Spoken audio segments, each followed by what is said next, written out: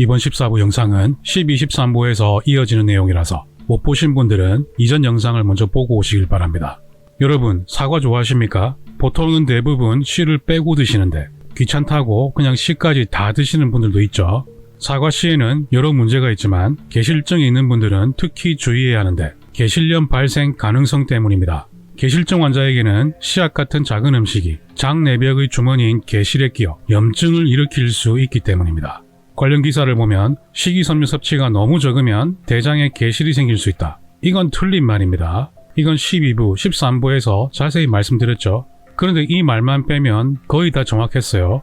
계실에 식물의 껍질, 씨앗 등이 들어가면 계실염이 발생한다. 그래서 계실염 환자에게 껍질, 씨앗 등 식이섬유가 풍부한 음식 섭취를 최대한 피하라고 하는 것이다. 소화기내과 이동호 교수는 급성 계실염이 있거나 크론병, 궤양성 대장염이 악화됐거나 대장암 또는 수술 후 장유착 등으로 장 폐색이 우려될 때는 식이섬유 섭취를 잠시 중단해야 한다고 강조했습니다. 잠시가 아니에요. 이런 질환이 있는 분들은 계속 중단해야 합니다. 섬유질은 특히 장 건강이 나빠질 때 더더욱 피해야 합니다. 잘 이해가 안 되는 분들은 식이섬유 6부에서 13부까지 다시 한번 참고해 주시길 바랍니다. 지난 13부 영상에서 식물의 씨앗들은 거의 소화가 안 되기 때문에 대부분 형태에 큰 변화 없이 대장에 도착해서 맹장이나 계실 입구를 막아버리면서 맹장염이나 계실염을 발생시킬 수 있다고 말씀드렸죠.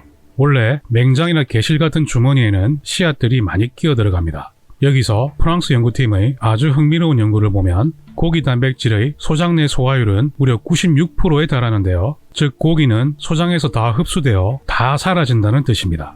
이는 고기 섭취량을 증가시켜도 마찬가지였습니다. 다 사라졌습니다. 연구진들은 이렇게 말했습니다. 요리 온도와 섭취량에 관계없이 고기 단백질 잔여물이 대장으로 들어가는 양은 매우 적음이 확인되었다. 육류는 대장까지 못 간다는 겁니다.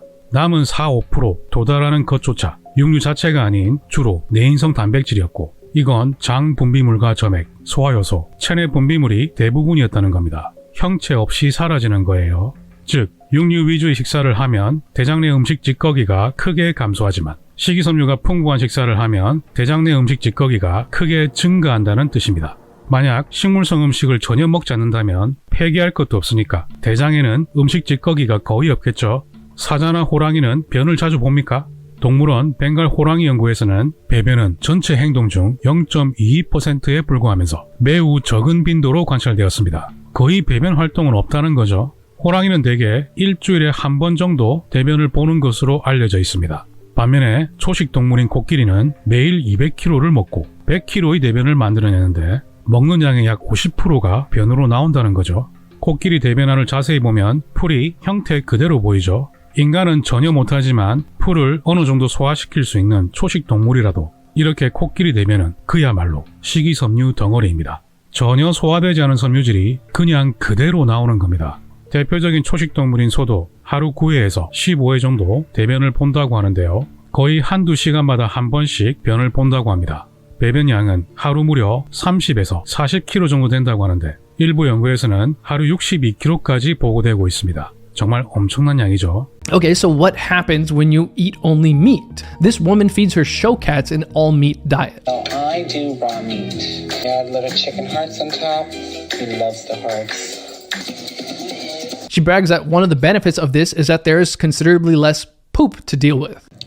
98% of what they eat, their body absorbs. It's 1 week's worth of poop in this entire bag for all these cats. Most carnivores don't poop multiple times a day. Now, if you start looking at herbivores that eat plants all day, every day, they poop multiple times a day. Chimpanzees, gorillas, bonobos poop 3 to 6 times a day because they live on plants. If you eat predominantly animal source foods, you don't make as much poop because you're not eating waste. Therefore, you don't have to poop out waste.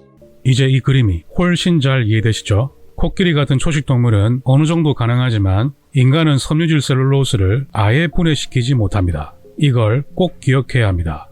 자, 이건 대장입니다. 육류는 대장까지 도달하지 못한다고 말씀드렸죠? 하지만 식이섬유는 소화가 안 되니까 당연히 대장에 도착합니다.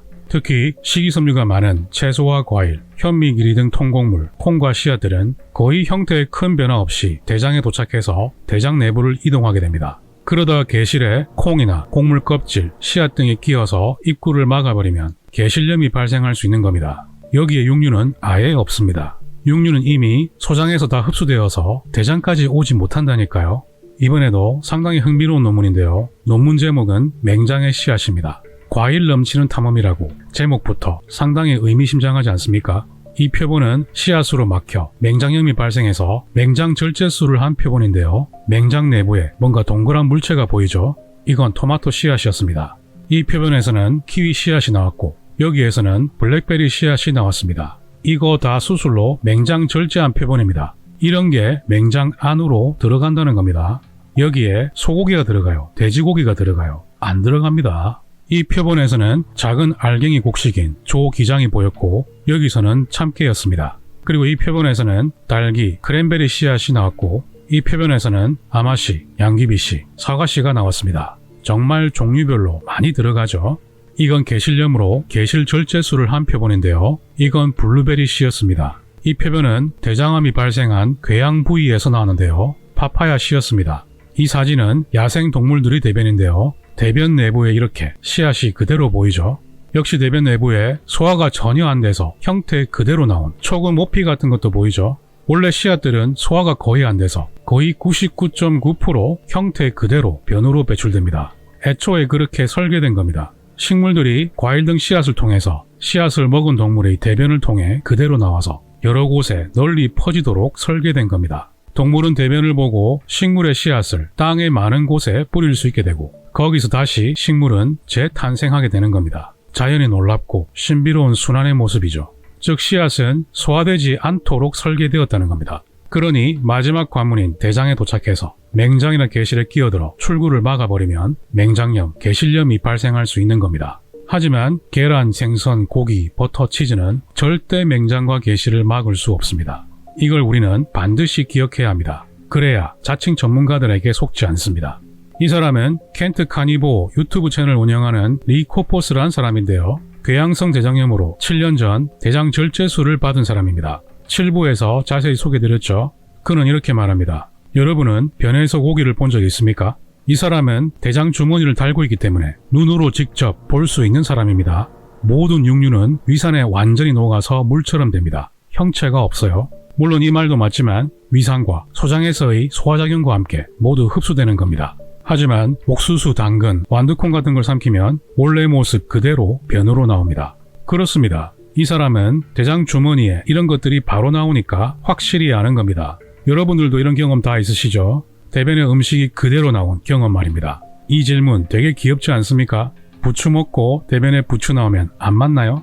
안 맞는 게 아니라 원래 소화 흡수가 안 되는 겁니다. 이건 지극히 정상이죠. 우리가 평소에 부추를 잘 보지 못하는 건 바로 이렇게 대부분은 대변 내부에 들어가 있기 때문입니다. 이러니까 늘 볼 수 있는 건 아니죠. 이제 과학자들은 진실을 말해야 합니다. 섬유질 결핍이 게실증을 일으킨다는 말도 안 되는 가설이 버젓이 주류 의학계를 점령하고 있습니다. 아무도 의문을 제기하지 않습니다. 이제는 이런 가설에 당당하게 이의를 제기해야 합니다. 이제 임상의들은 섬유질에 대해 열린 마음을 가져야 합니다. 과학은 설명 가능해야 합니다. 이제는 억지로 거짓된 정보를 만들거나 강압적으로 이런 가설을 강요해서는 안 됩니다. 억지와 강압이 과학을 지배하는 순간 모든 것이 잘못될 수 있으며 거꾸로 될 수 있다는 사실을 반드시 기억해야 합니다. 이제 게실질환과 섬유질에 대한 내용은 다 말씀드린 것 같습니다. 그러면 15부에서 새로운 내용으로 다시 이어가겠습니다. 그러면 닥터3는 다음에도 더 나은 영상으로 찾아뵙겠습니다. 제 영상이 마음에 드셨다면 좋아요, 구독 꼭 눌러주십시오. 닥터3는 여러분의 건강을 응원합니다.